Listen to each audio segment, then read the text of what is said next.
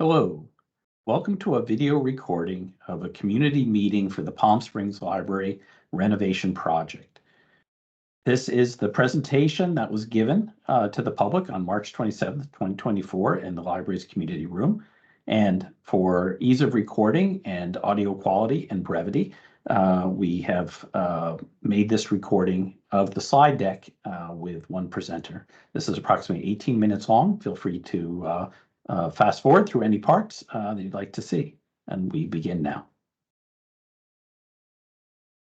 Our agenda for this is to give a little welcome and introduction, give a project overview, talk about the main project components, about the main library, the J.C. Fry building, and the site improvements planned, and to talk about round two community engagement that has been underway, and then talk about the next steps.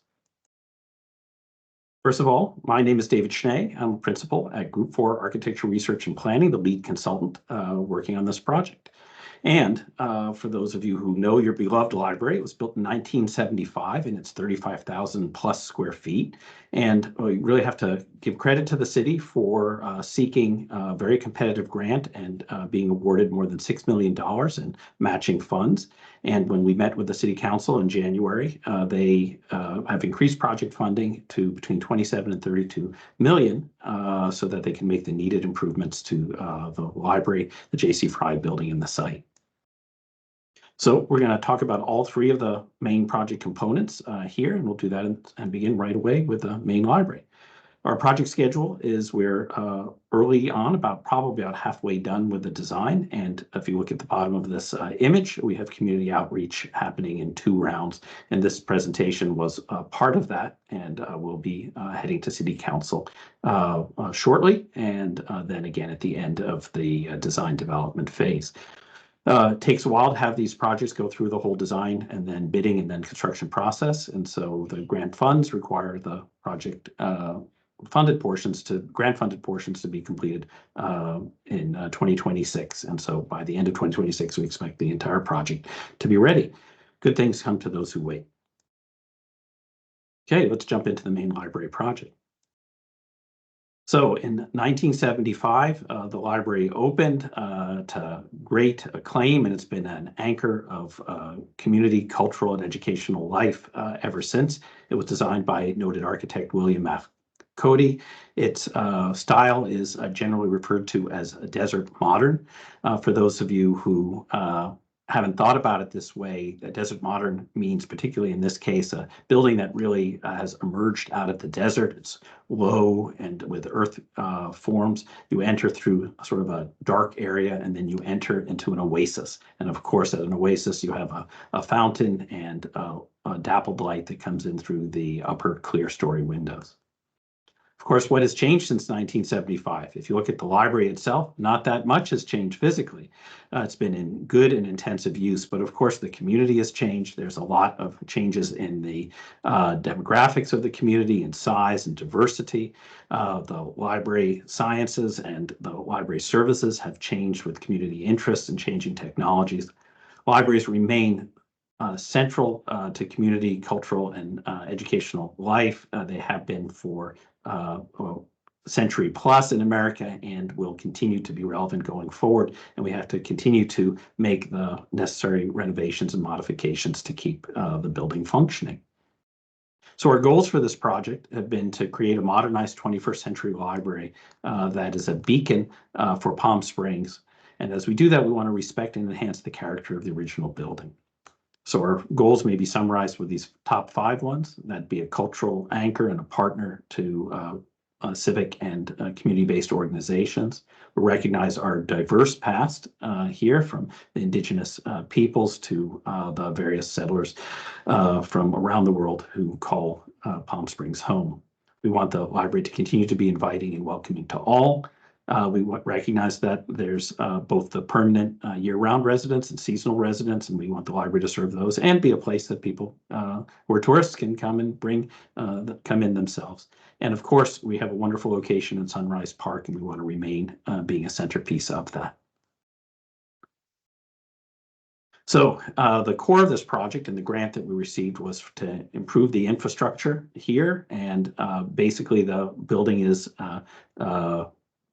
running on fumes in terms of its infrastructure, and it is more than overdue to have these aspects upgraded. We'll show some highlights of each of these, but having it seismically upgraded structure, new electrical, plumbing, heating, ventilation, air conditioning, lighting, emergency generator, new security system, fire sprinkler system, and ADA universal access improvements as well, particularly in the bathrooms.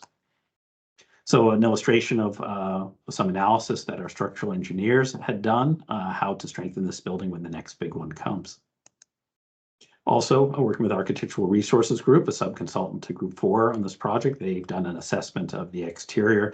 It has, like the desert itself, it has stood as an excellent barrier to the environment, but like the desert floor itself, it's concrete is cracked and needs to be repaired and prepared for the next generations of protection and service that it provides. Well, you're listening in today, and we've been really honored to have over 1,000 people participate to date in the first round of engagement here through a variety of different formats. There was an online survey, we had a pop-up kiosk in 2 different locations. At the library, we had a community open house, and we had 2 meetings with a steering committee. There's a 3rd round underway here, and we have hundreds of people who have participated so far in this. Thank you for those who attended the meeting that this is a duplicate recording of, and glad that you can spread the word and others who may be listening in. What we heard in the first round was the following. We were asking people basically what are activities would you prefer to have in the future library? The first of the 3 boards included 9 categories that green check marks, we call them essential or prerequisites. And of course that we will have programs and collections for all ages, children's, teens, and adults. There will always be quiet places to read in the library, but it's also a place for more active things such as collaboration and meeting. And so the library really is not just the place of generations back. We still want a quiet refuge, but it's definitely a place to collaborate, meet, and learn together. The Friends of the Library are an important part of the library, and they have enhanced spaces. Technology will be here, and it's just a place to spend time in. So looking at the 2 boards, which we got collected the input from here, the blue ribbons are the top 5, and the green ribbons are the next 8. In some way or another, almost all aspects of these activities are possible in the library, and we'll describe how they manifest itself in these next slides. So if we look at the polling results that we got from the top 5 programs, here are recognizing and providing programs for local culture and history. That's clearly a big theme across all Palm Springs, and it just makes sense that that is something to be a priority in the library. Arts and crafts, and through programs and classes. Language learning exchange, recognizing the many different languages spoken by residents here. Food and drink, we all like to enjoy food and drink everywhere we go. Unfortunately, the size of the library and the type of traffic it has doesn't make it conducive to be operating a cafe, but we do, the library is working on policies to encourage the appropriate use of food and drink in the library. And of course, on the theme of culture is display of local art. So with this input, our team at Group 4 then translates this into a program of spaces. And in the old days, you used to just count the number of books and the chairs and computers. Now it's about curating the different experiences, such as browsing, meeting, studying, interacting, creating. These are the types of spaces that then get color-coded into the plans that we're about to show you. So this is a floor plan of the library. Its perimeter remains the same. The entry remains the same, but we're doing some significant reorganization of it. Presently, the children's space right behind my head here, that's where the children's space is today, is going to be repurposed into an enhanced meeting room. The children's story time area just below it is going to be one of 2 create/maker spaces, where not only are you able to come to the library to access the creative works of others, but it's a place where you can do crafts and other maker type activities, and we'll be talking about that a little bit further. So right up above my head is the browsing area you come into, and you'll meet staff. As you come through into the central space, the higher volume, what I was calling the oasis, the circle is the koi pond. We'll be creating 4 different enclosed study rooms here, which is one of the things that's very popular in libraries. We're doing all around the country, and also bringing the teens a dedicated teen area and adjacent to the makerspace, and below it having an area for history and culture and a gallery area and new restrooms that can also be used independently. So the adult areas are reorganized. We're looking to improve the patios to the north and to the south. And then where the technology is today, we'll have an expanded children's area. Should be really wonderful, an additional study room there, staff and a story time area, and upgrading the courtyard that's presently on the west side, fronting on Sunrise, to a family courtyard, and where the meeting room is today, and some of the staff areas become improved and organized staff areas. So lots of important things. Oh, and I'd be remiss to not point out that right above my house, right here as you come in, will be a new Friends store front space inside there with permanent displays of Friends sale items. So really looking forward to that. So pause for a second, or pause your video, take out your cell phone and shoot this QR code. This will give you a 360-degree panorama of what I'm going to show you here in the next 2 slides. So in this image, we're standing back at the children's area looking towards the east, towards the front door, right behind this gentleman. You see the koi pond, which we will be refurbishing. You'll see the new enclosed study rooms in sort of orange and green. Everything you see here is still very preliminary. We're just at the between schematic and design development. As I said, about 50% design, everything's subject to significant change. The library seems very sparse here. We wanted you to see how we're preserving the architecture here. So much of the shelving has been removed just so that you can see the building. Here there'll be significantly more shelving in the than what you see in this image in the completed project. Moving on to the view as you enter the library, this is coming in, coming into the high space with new lighting, seeing the koi pond and the skylights above it, and 2 of the group study rooms to our right, where the teen area is here. We would have just off the screen here is where the Friends store is, and the blue wall towards the back, all color subject to change, still is where the new relocated and expanded children's area is going to be. Okay, the J.C. Fry building. I'm not sure how many of you have been there, but that's been one of the ways the library over the years has expanded service. So it's just on Baristo on the other side of the driveway coming in. We're doing full building system upgrades. This diagram shows how one of the important services the library has, but that doesn't get as much day-to-day foot traffic. The archive is going to be relocated over to here. The Friends who have been using the J.C. Fry building will have an enhanced space for them to do day-to-day sales, although there'll still be sales in the library, in their store, and special events in the expanded meeting room. And they'll have their own Friends workroom, and the foundation will have office here and new restroom and building support spaces. So redoing the building, it helps. So let's talk about site opportunities here, and this is one of the big subjects of the round 2 community engagement. So we'll do very high level. So Rios is the firm that are subconsultants to Group 4, very esteemed and talented landscape architects who did the downtown park, award-winning, beloved landscape, very talented, very familiar with the desert climates. So they started with an analysis of our site. You may not have known, but the library's been subject to flooding on the north side a number of times. Of course, dealing with the images on the upper right are our sun exposure. Desert sun is very hot, and the heat it causes, demonstrated through thermal imaging here, hot enough on the south